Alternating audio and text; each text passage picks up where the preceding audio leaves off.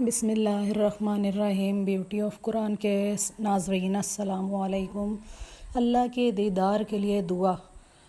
اے اللہ، میں تیرے چہرے کے دیدار کے مزے اور تیری ملاقات کے شوق کا طلبگار ہوں۔ سنن نسانی۔ رسول اللہ نے فرمایا، جو چاہتا ہے کہ اس کے رزق میں فراخی ہو اور اس کی عمر دراز ہو تو وہ صلہ رحمی کیا کرے۔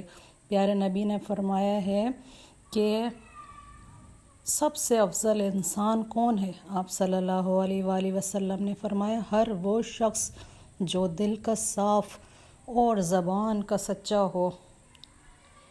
پیارے نبی فرماتے ہیں، بندہ اس وقت تک اللہ کے عذاب سے امن میں رہتا ہے جب تک اللہ تعالیٰ سے استغفار کرتا رہتا ہے۔ یہ مسند احمد میں لکھا ہوا ہے۔ نبی کریم نے ارشاد فرمایا، اللہ تعالیٰ اس شخص پر رحم نہیں کرتا جو لوگوں پر رحم نہ کرے۔ صحیح بخاری جلد 100۔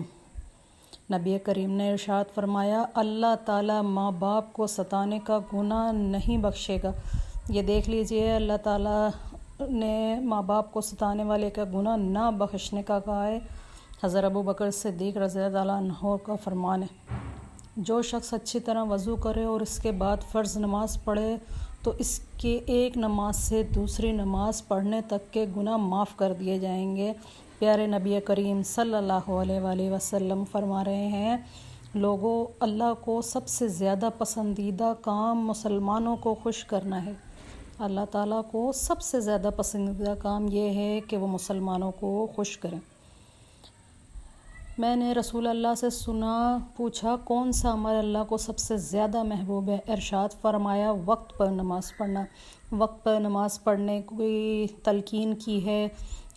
رسول اللہ صلی اللہ علیہ وآلہ وسلم نے فرمایا ہے، بیمار یہ دعا خود پڑھے، مجھے بیماری لگ گئی ہے، اس سے نجات دلا کہ تو ارحم الراحمین ہے۔